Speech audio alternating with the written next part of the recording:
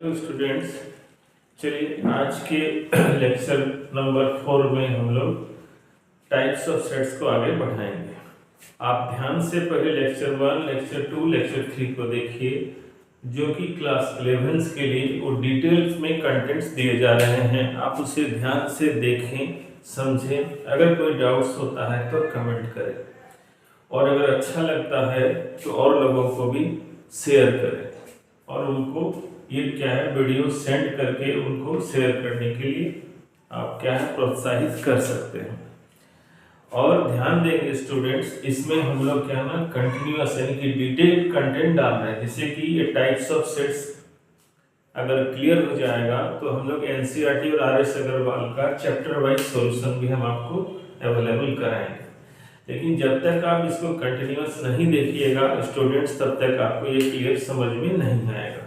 इसलिए सारे वीडियो को लगातार देखिए, कंटिन्यूअस देखने के बाद समझिए, तब आपको क्या है ना एनसीईआरटी और आरएस अग्रवाल को समझने में मदद मिलेगा, और आराम से आप इस चैप्टर को समझ पाएंगे और अपने से बना पाएंगे।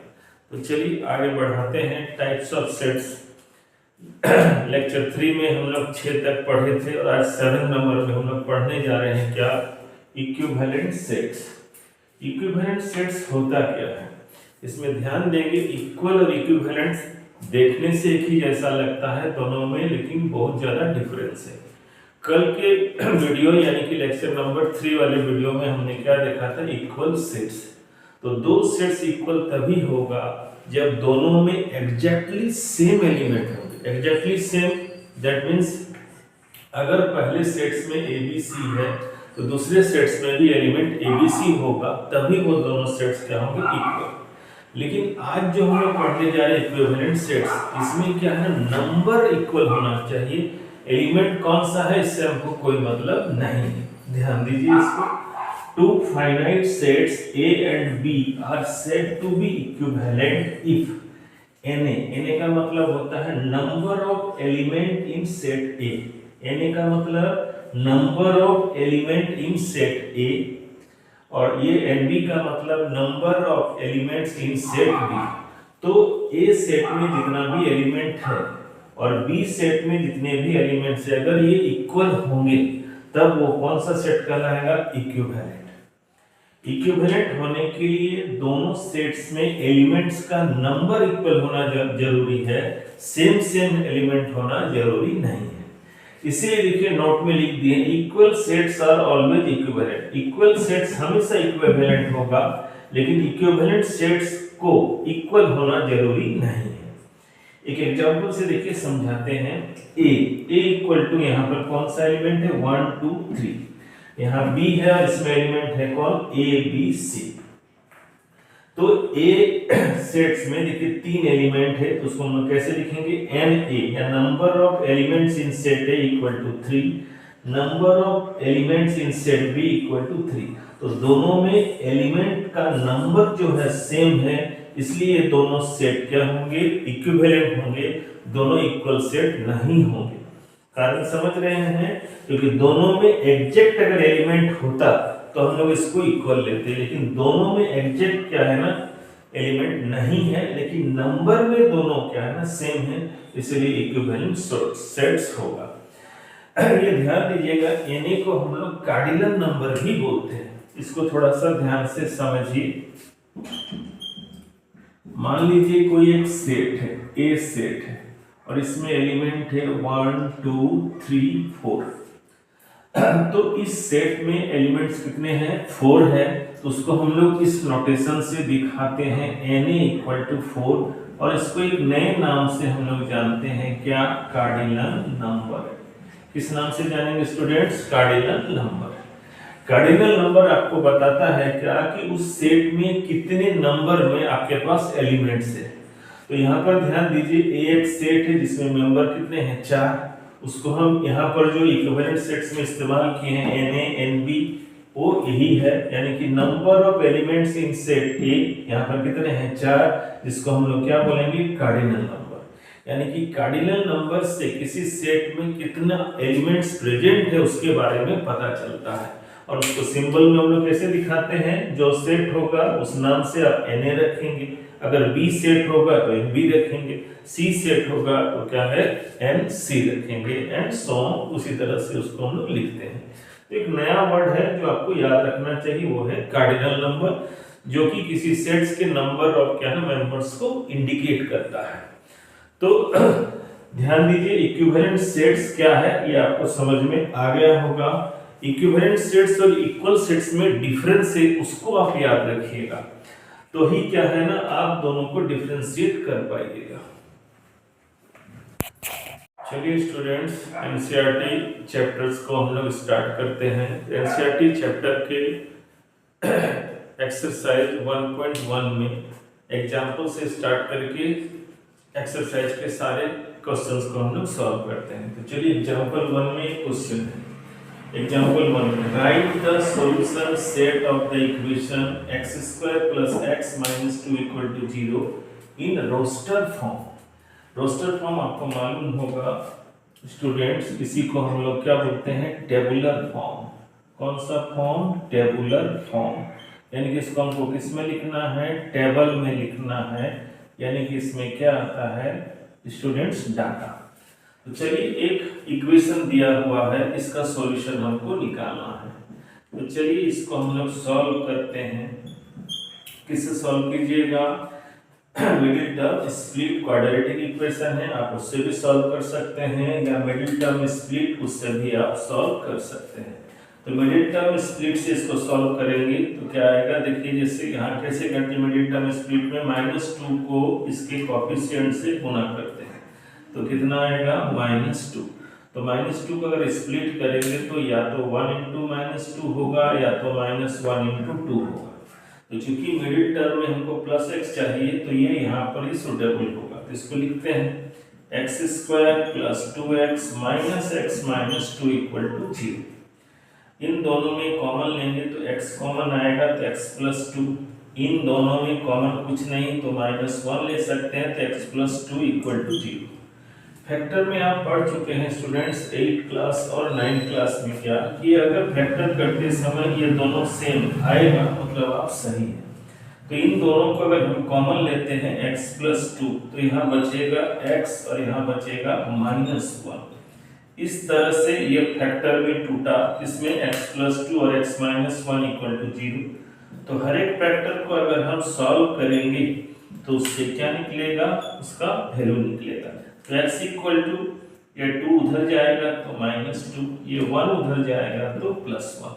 इस तरह से इस क्वाड्रेटिक इक्वेशन का जो सॉल्यूशन निकला वो क्या निकला? 1 और -2, यानी कि इस सेट का सॉल्यूशन जो होगा वो कौन होगा? 1 और -2, जो कि किस फॉर्म में है? रोस्टर फॉर्म, टेबुलर फॉर्म में है। यानी कि इस क्वेश्चन का आंसर होगा 1 और -2। एग्जांपल 2 देखते हैं स्टूडेंट्स। एग्जांपल 2 में write the set x such that x is a positive integer and condition है x² < 40। ध्यान दीजिएगा कि यहाँ पर क्या है, एक स्टेटमेंट दिया हुआ है सेट का, वो बोलता है कि x एक पॉजिटिव इंटीजर है और जब आप उस इंटीजर को स्क्वायर करेंगे तो उसका वैल्यू 40 से कम 40 से कम आना चाहिए। और ये है कौन सा? Set builder. लिखने किसमें बोल रहा है? Roster form. तो ध्यान दीजिए इसका आंसर क्या होगा? देखिए यानी कि इंटीजर कहाँ से स्टार्ट होता है? बोलिए पॉजिटिव इंटीजर है, स्टार्ट हमको कहाँ से लेना होगा? बोलिए 1 से लेते हैं। तो देखिए अगर हम 1 लेंगे तो 1 का स्क्वायर 1 होगा, 2 लेंगे तो 2 का स्क्वायर 4 होगा, 3 लेंगे तो 3 का स्क्वायर 9 होगा, 4 का कितना आएगा? 16, 5 का 25, 6 का 36। क्या 7 आएगा? नहीं, क्योंकि 7 का स्क्वायर करेंगे तो 49। हमको 40 से छोटा लेना है, यानी कि ये कहाँ तक जाएगा? बोलिए 6 तक जाएगा। हालांकि देखिए ध्यान दीजिए इंटीजर आपका नेगेटिव भी होता है, लेकिन क्वेश्चन में क्या दिया हुआ है? Positive integer. इसीलिए इस क्वेश्चन का आंसर रोस्टर फॉर्म में क्या होगा? 1 2 3 4 5 6। ये 6 जो है पॉजिटिव इंटीजर है, जिसको अगर आप स्क्वायर कीजिएगा तो उसका वैल्यू इस कंडीशन को सेटिस्फाइड करेगा, यानी कि उसका आंसर 40 से क्या होगा? छोटा होगा। इसलिए इस क्वेश्चन का आंसर क्या हुआ? 1 2 3 4 5 6। क्वेश्चन नंबर 3 देखते हैं स्टूडेंट्स। क्वेश्चन नंबर 3 क्या बोल रहा है?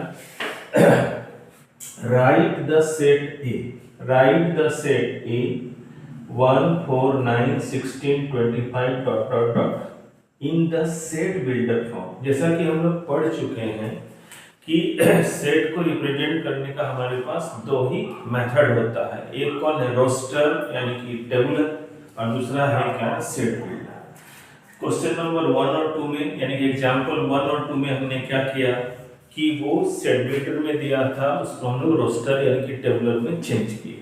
लेकिन यहाँ पर देखिए ऑलरेडी क्या है ना, ये टेबुलर यानी कि रोस्टर फॉर्म में दिया हुआ है, उसको सेट बिल्डर में चेंज करना है। तो आपको बताया गया है स्टूडेंट्स कि सेट बिल्डर मतलब क्या होता है, उसको स्टेटमेंट में वर्ड में क्या है रिप्रेजेंट करना। तो स्टेटमेंट और वर्ड में रिप्रेजेंट करने के लिए आपको टेबल यानी कि टेबुलर फॉर्म को ध्यान से समझना होगा कि क्या है। तो देखिए अगर हम नंबर्स पर ध्यान दें, यहाँ जो दिया गया टेबुलर फॉर्म यानी कि रोस्टर फॉर्म है उस पर ध्यान दें, तो देखिए ये 1 है, तो ये 1 किसका स्क्वायर होगा? 1 का। ये किसका है? 2 का स्क्वायर। ये 3 का स्क्वायर। ये क्या है? 4 का स्क्वायर। ये 5 का square and dot dot dot. तो इसको देखिए ऐसा हम लोग लिख सकते हैं। क्या? सेट का नाम दिया हुआ है तो नाम दे दीजिए x such that x equal to क्या है? n स्क्वायर, यानी कि स्क्वायर करेंगे, जहां n किसको बिलोंग्स करेगा? नेचुरल नंबर को। ठीक है, और चूंकि क्या है ये इनफाइनाइट है तो इसको हम लोग कंडीशन में, यहाँ n का मतलब क्या है? यहाँ वेयर n कैपिटल N जो है इक्वल टू क्या है? नेचुरल नंबर है, नेचुरल नंबर। ये यहाँ नहीं भी लिखिएगा तो चलेगा, ये तो आपको जानना होगा। आप यहाँ से भी काम चला सकते हैं।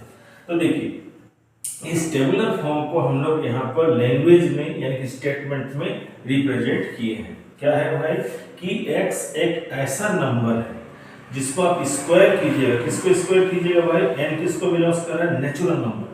नेचुरल नंबर कहाँ से स्टार्ट होता है? बोलिए 1 2 3 4 5 6 डॉट डॉट डॉट जाएगा। स्टार्ट कहाँ से? 1। तो सारे नेचुरल नंबर को अगर कंटिन्यूअस आप स्क्वायर कीजिएगा तो ये वाला सेट हमको मिलेगा। यानी कि इस टेबुलर फॉर्म का ये सेट बिल्डर फॉर्म क्या होगा? x such that x equal to n square, जहाँ पर n बिलोंग्स कर रहा है किसको? कैपिटल N का मतलब नेचुरल नंबर। ये लिखना जरूरी नहीं है, आपको समझाने के लिए हम लिख दिए। एग्जाम्पल 4 देखिए क्या बोल रहा है students. Example 4 right the set 1/2 2/3 3/4 4/5 5/6 6/7। यानी कि किसमें दिया हुआ? रोस्टर फॉर्म यानी कि क्या है? Tabular form. इसको बदलना है किसमें? Set builder form. तो सेट बिल्डर फॉर्म का मतलब दिए गए टेबुलर या रोस्टर फॉर्म को स्टेटमेंट में आपको क्या ना चेंज करना। तो स्टेटमेंट में लिखने से पहले आपको ये समझना पड़ेगा कि ये क्या बता रहा है। तो देखिए ऊपर में जो टर्म्स है नीचे उससे एक ज्यादा हो जा रहा है। देखिए अगर ऊपर में 1 है तो नीचे 2, ऊपर 2 है तो नीचे 3, यानी कि ऊपर से नीचे वाला टर्म एक ज्यादा हो रहा है। तो इसको हम लोग ऐसा लिख सकते हैं क्या कि x such that x equal to, अगर ऊपर वाला को हम लोग n मान लें तो नीचे वाला इससे एक टर्म ज्यादा है यानी कि n+1 होगा, जहां n बिलोंग्स करेगा किसको? नेचुरल नंबर को। यहाँ पर क्या है क्योंकि कहीं भी नेगेटिव नहीं है तो नेचुरल नंबर्स को बिलोंग करेगा। लेकिन ये कौन सा सेट है? फाइनाइट यानी कि कंडीशन में आपको भरना होगा। तो चलिए n जो होगा यहाँ पर वेयर n क्या है? 1 के बराबर और 1 से क्या है ना बड़ा। n का मान 1 के बराबर, 1 से बड़ा और 1 के बराबर है। और क्या है बाबा? 6 के बराबर और 6 से क्या है ना छोटा। देखिए ये कंडीशन में आपको यहाँ बांध दिया। क्यों? क्योंकि ये फाइनाइट सेट है। यहाँ समझिए n का वैल्यू 6 के बराबर और 6 से छोटा, 1 के बराबर और 1 से बड़ा, यानी कि इसका मान हम क्या ले सकते हैं? 1 2 3 4 5 6। और ये क्या है? सारा नेचुरल नंबर है। ठीक है, अब इसको यहाँ पर पुट करके लिखिए। अगर हम n का मान 1 लें तो यहाँ 1/1+1 यानी कि 1/2 आएगा। 2 अगर लेंगे तो 2/2+1 यानी कि 2/3 मिलेगा। 3 लेंगे तो 3/3 + 1 3/4 मिलेगा। और अगर हम 6 लेंगे तो 6 बाय क्या आएगा, बोले 6 बाय क्या है, 6 + 1 7। इसमें 7 नहीं लेंगे स्टूडेंट, यहाँ 7 को देख करके 7 लीजिएगा तो रॉन्ग हो जाएगा। क्यों? क्योंकि अगर हम यहाँ 7 रखेंगे तो जबकि ऊपर में देखिए 7 रखने वाला यहाँ टर्म नहीं है, यानी कि यहाँ का लिमिट पर ध्यान रखिएगा कि ये 1 और 6 के साथ ही चलेगा, यानी कि 1 के बराबर और 1 से बड़ा, 6 के बराबर और 6 से छोटा, इसी पर ये काम करेगा।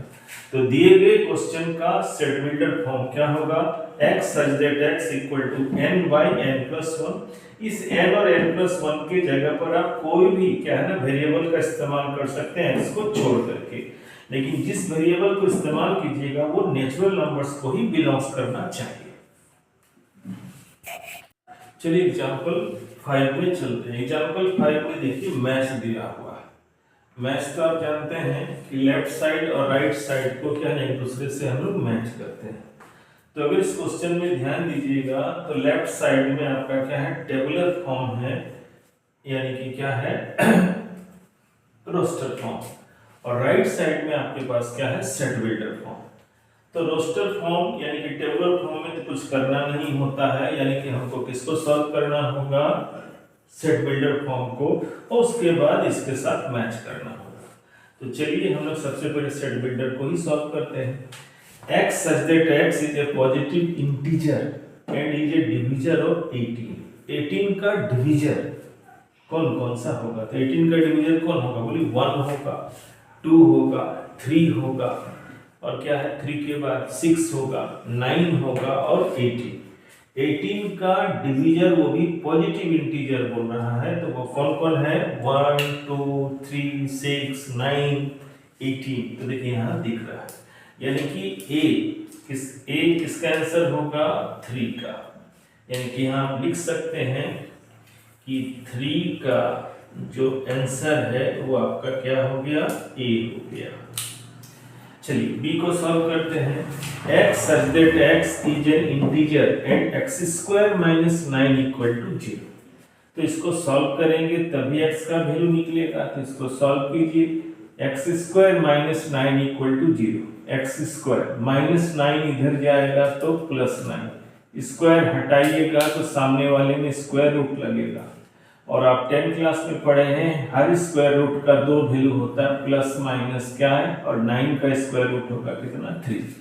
हर स्क्वायर रूट का 2 वैल्यू होता है, एक प्लस और एक क्या ना माइनस, और 9 का स्क्वायर रूट होता है 3, यानी कि इस क्वेश्चन में x का वैल्यू 2 निकला। कौन कौन, एक -3 और एक +3।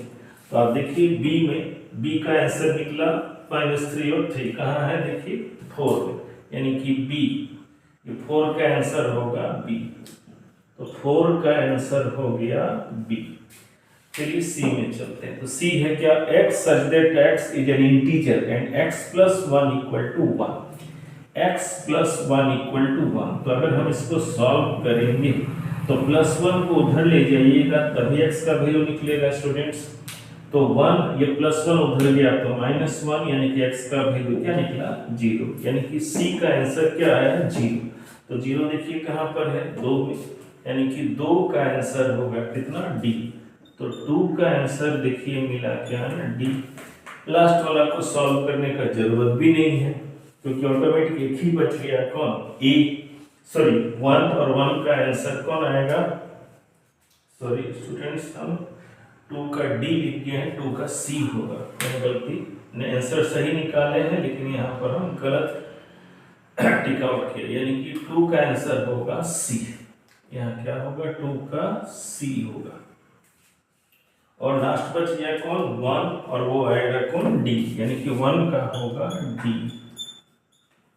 देख लीजिए इसको भी तो बताया गया है कि अगर कोई भी वर्ड होता है, अगर कोई भी वर्ड है तो उस वर्ड में कोई भी लेटर आपका सेट में क्या ना रिपीट नहीं होता। तो यहाँ प्रिंसिपल में देखिए पी है, आर है, आई 2 बार है, एक ही बार लिखेंगे।